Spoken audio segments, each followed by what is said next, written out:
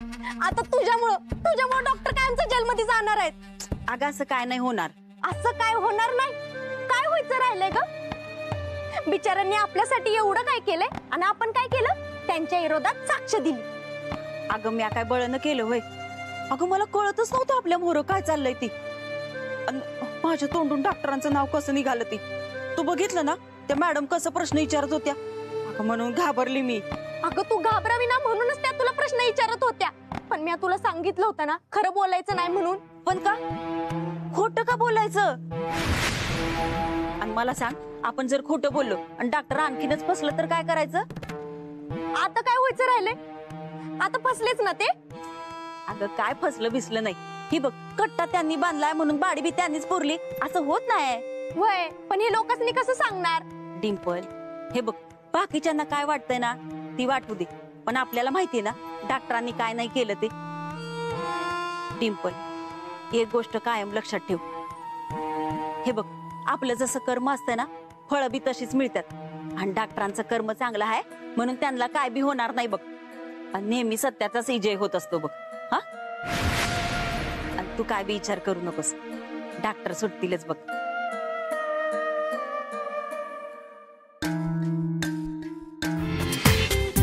पूर्ण एपिसोड पहा झी5 वर.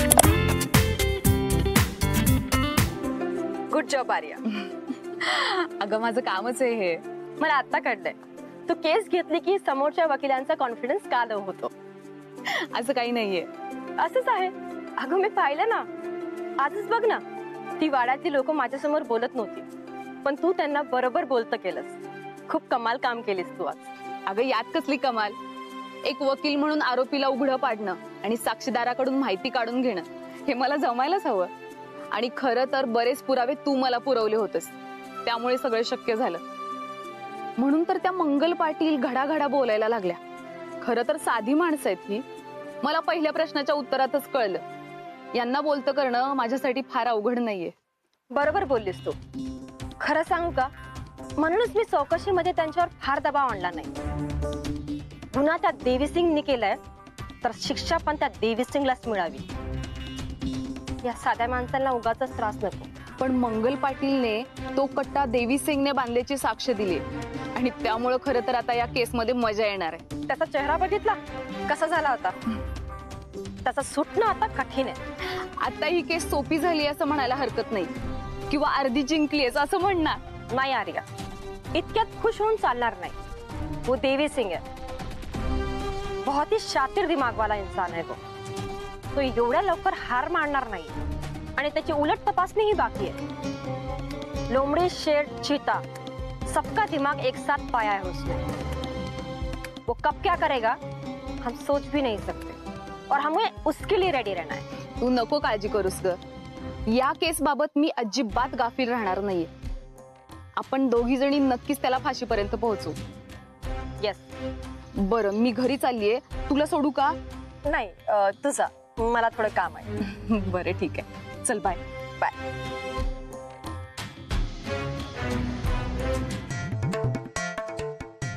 अरे ह्यांच्या पालखीचा धूर निघाला. ह्यांचं मड बसवलं लवकर.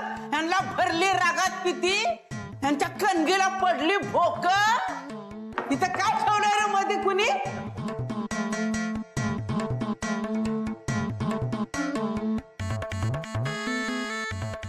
काय करते तिकडं? इकडे जज साहेब माफ करा, आमच्या आईला दिसत नाही. अरे मुर्द्या तू कुठं आहेस? मला इथं सोडून गेलास वय? हा, मी कवाच्या कवा हाका मारतीये तुला.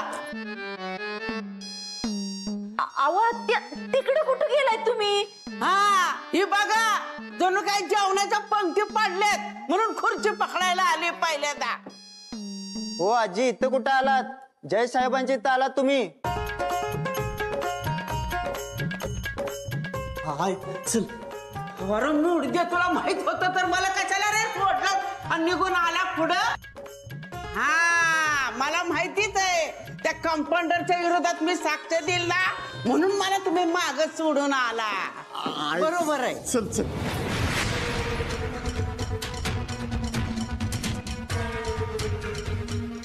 कोर्टाचं काम सुरू करा. आरोपीला पिंजऱ्यात घ्या.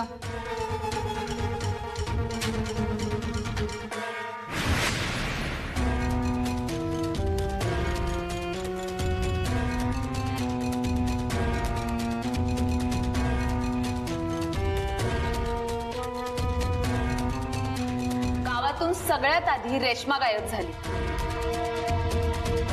तिला गायब करण्यामध्ये तुमचा हात आहे असा तुमच्यावर आरोप आहे. तो मान्य आहे तुम्हाला? गावात काही घडलं तर तुम्ही त्याचा संबंध डायरेक्टली माझ्या बरोबरच लावताय आणि वर मलाच विचारताय की तुम्हाला हे मान्य आहे का. मी कसं मान्य करू? मी काही केलेलंच नाहीये. रेश्मा माझी पेशंट होती. मी तिच्यावर उपचार करत होतो.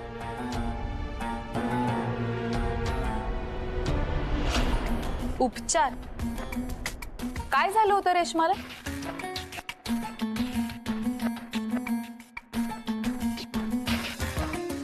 रेश्माला मूल होत नव्हतं आणि मानसिक दृष्ट्या सुद्धा त्या स्टेबल नव्हत्या. त्यावरच माझी ट्रीटमेंट चालू होती. अच्छा, म्हणजे तुम्ही मानसोपचार तज्ञ पण आहात? नाही. मग तुम्ही तिची ट्रीटमेंट का केलीत आणि कशी केलीत? कुठली औषधं तुम्ही तिला प्रिस्क्राईब केली होती कळेल का?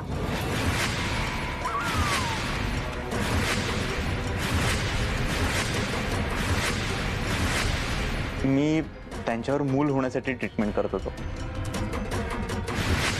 शिवाय त्यांचा सायकोलॉजिकल प्रॉब्लेम होता म्हणून त्यांचं काउन्सिलिंग सुद्धा करत होतो. मी त्यांना खूप वेळा सांगितलं मी गोळ्या औषधं देऊ शकत नाही, तुम्ही मुंबईला जा किंवा शहरात जा. पण बाहेर त्यांची बदनामी होईल म्हणून त्यांनी मलाच त्यांचं काउन्सिलिंग करायला सांगितलं. मी केलं, पण तेही त्यांच्या सांगण्यावरून. रेश्मा प्रेग्नेंट होत्या हे खरं आहे का? हो. तुम्ही तिच्यावर असा कोणताही इलाज केलात की एवढ्या कमी वेळेमध्ये तिला दिवस गेले?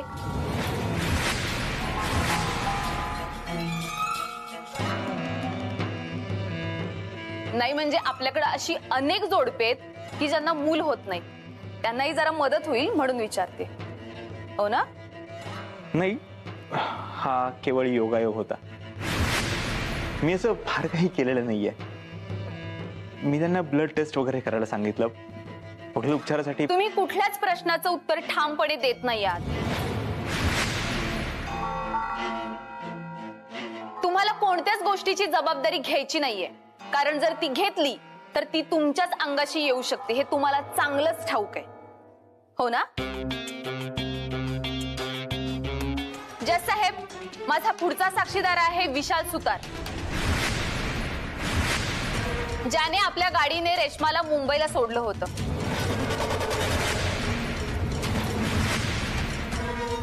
परवानगी आहे. विशाल सुतार हाजीर हो.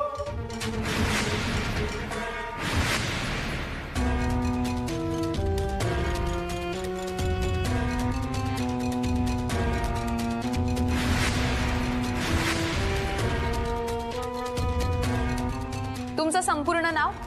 विशाल सुतार. रेश्माला तुम्हीच तुमच्या गाडीने मुंबईला घेऊन गेला होतात ना? हो. तिला घेऊन जाताना वाटेत काय घडलं? मॅडम मुंबईला गेल्याच नाहीत. त्यांनी गाडी मागे पुन्हा फिरवायला लावली. का?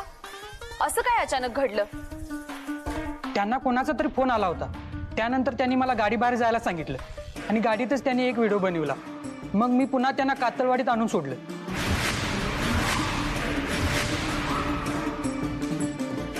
ठीक आहे, तुम्ही येऊ शकता. जज साहेब, याचाच अर्थ मिस्टर विजय शिंदे जे म्हणतात ते खरंय. तिने आत्महत्येचं नाटक केलं होतं. केलं होतं म्हणण्यापेक्षा ते करायला तिला कोणीतरी फूस लावली होती. त्या बदल्यात त्या व्यक्तीने तिला काही आमिष दाखवले असू शकतात. आणि ती फूस लावलेली व्यक्ती दुसरी तिसरी कोणी नसून अजित कुमार देव आहे सर.